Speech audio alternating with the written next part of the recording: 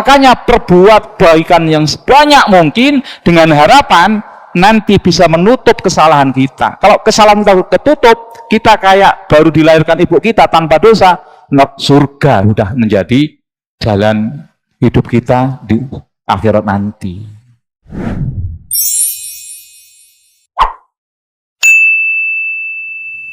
Sekarang 4, memperbanyak amal soleh seperti sholat. Ini tidak mudah lagi ini. Sholat sunnah maksudnya. Kalau sholat 5 waktu tidak perlu dibahas sudah. Sedekah, membaca Al-Quran. Nah, dulu kita punya kebiasaan di Ramadan 1 hari khatam 1 juz. Kita apa? Ulang lagi itu. Mumpung momennya dapat. Sebenarnya kan kita udah terbiasa kan? Hanya ngurangi aja. Makanya jangan sampai kita, mohon maaf, di bulan-bulan haram ini sama dengan baca Qur'annya di bulan-bulan biasa. Berarti tidak ada peningkatan kita. Nafsu kita terhadap pahala itu nggak ada. Harus dinaikkan nafsu kita terhadap pahala itu. Dan berdakwah ya begini nih. Atau dengan hartanya, atau dengan tenaganya. Kemampuan kita apa? Ya kita gunakan untuk mengajak orang kebaikan. Beramar ma'ruf nahi mungkar. Mujahid berkata, amalan di 10 hari awal Dzulhijjah akan dilipat gandakan. Tadi ini memperkuat ya. Di hadis sudah jelas, kemudian disarahnya oleh siapa tadi, Ibnu Abbas juga sudah jelas. Ini hanya penguat saja. Di Lataiful Ma'arif 408, memperbanyak amal soleh. Yang kelima Bapak Ibu, berkurban di hari Nahar, yaitu tanggal 10 Dzulhijjah dan hari Tasyrik. Berarti tanggal 10, 11, 12, 13. Ada 4 hari kita dianjurkan untuk berkurban itu. Washolli li rabbika wanhar, dirikan sholat dan berkurbanlah. Kita bahas sekarang. Mayoritas ulama berpendapat bahwa menyembelih kurban adalah sunnah muakkad, sunnah muakkadah. Tidak wajib Bapak Ibu. Meskipun perintah, fasholli li rabbika wanhar. Wanhar itu kalau belajar bahasa Arab itu adalah fi'il amr, perintah. Tapi tidak setiap perintah itu wajib. Maka di sini ulama sepakat berkurban itu adalah sunnah muakkadah, sunnah yang sangat ditekankan sekali. Bahkan di hadis, siapa yang mampu kemudian tidak berkurban, jangan sampai dekat-dekat dengan tempat sholat kami, kata Rasulullah. Musallana, ada masjid, ada musola. Masjid itu seperti ini yang didirikan sholat Jumatan, itu namanya masjid. Dan 5 waktu wajib ada adzan, ada jamaahnya. Ini kalau nanti duhur umpama tidak ada jamaah sama sekali, dosa semua. Takmir dosa, orang sekitar dosa. Wajib ada jamaah, meskipun hanya imam 1, makmum 1. Yang penting wajib didirikan jamaah. Itu namanya masjid. Nah, musola itu tempat sholat.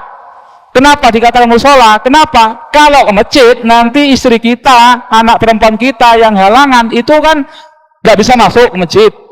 Nabi menghendaki Idul Fitri, Idul Adha, itu semua orang kumpul untuk bisa mendengarkan ceramah Rasulullah. Yang yang halangan tetap datang meskipun tidak ikut sholat. Nah itu disiapkan tempat namanya musola, tempat Nabi sholat biasanya di tanah lapang. Saya bedakan antara masjid dengan musola. Idza ra'aitum hilal Dzulhijjah wa arada ahadukum ayyudhiya falyumsik an sya'rihi wa anfari.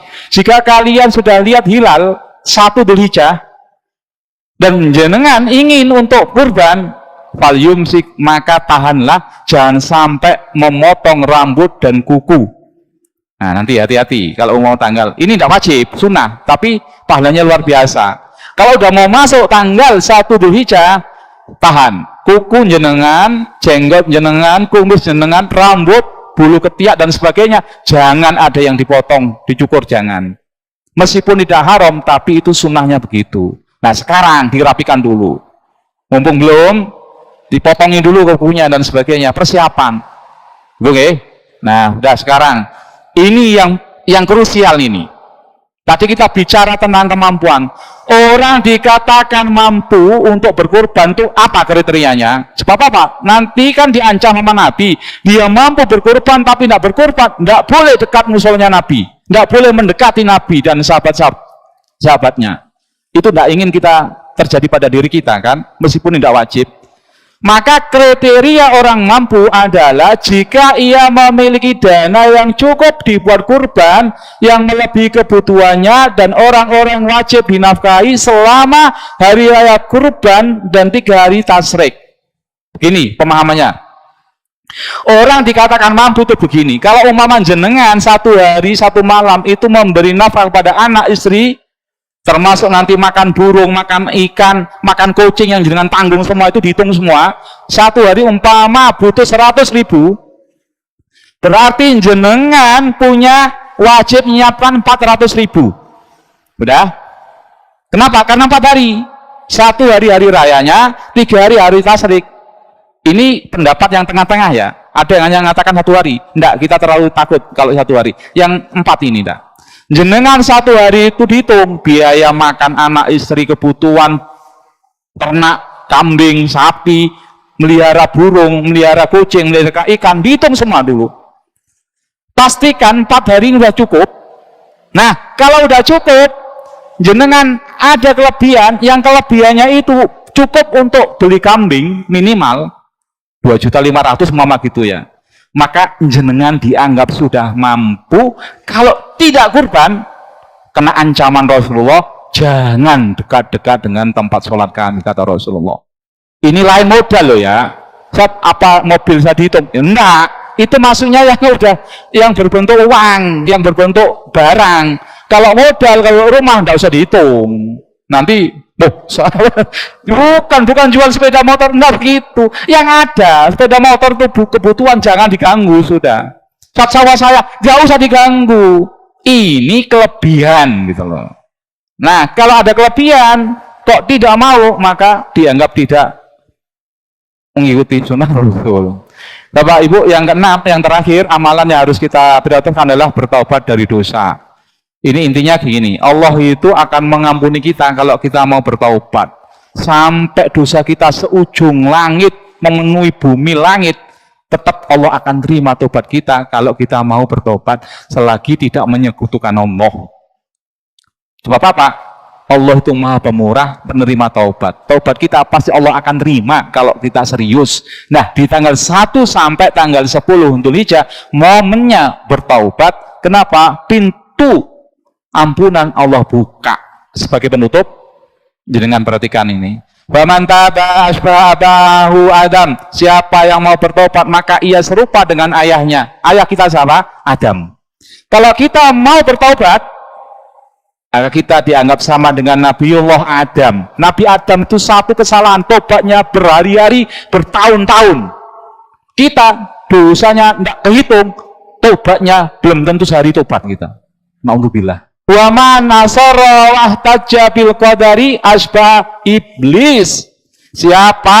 Namun siapa yang justru terus-menerus berbuat dosa dan berdalih dengan takdir, saya kayak gini nih takdir saat gimana ndak berbuat dosa, wong tiap hari lingkungan saya itu penuh dengan cewek-cewek cakep, saya ini kerja di dealer saat ini gimana, nggak mungkin saya ndak berdosa saat. Orang kalau begitu tidak mau bertobat, dia hanya mengandalkan takdir, berarti asbahu iblis, dia serupa dengan iblis. Iblis itu dosa, disuruh tobat tidak mau, malah beralasan dia. Nah, kita tidak boleh. Kalau udah dosa ya sudah, tidak usah banyak alasan kita. Astagfirullahaladzim, ya Allah, saya lemah ya Allah. Udah akui aja, udah begitu. Daripada kita seribu cari alasan. Kita kalau kayak begitu, Allah gemes, tidak akan menerima tobat kita, malah kita akan sengsara nanti. Bapak Ibu, itu yang bisa kita sampaikan. Mudah-mudahan kita bisa memaksimalkan bulan-bulan haram, terutama tanggal 1 sampai 10 Dzulhijjah nanti. Subhanakallahumma bihamdika, asyhadu an la ilaha illa anta, astaghfiruka wa atubu ilaik. Wa akhiran, assalamualaikum warahmatullahi wabarakatuh.